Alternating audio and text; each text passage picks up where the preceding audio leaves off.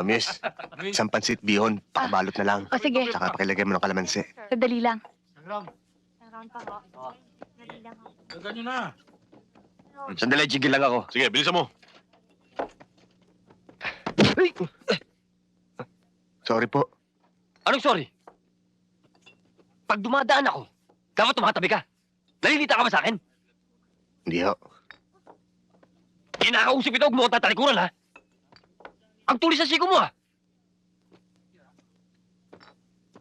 Hoy! Ialaw ba ako? Ha?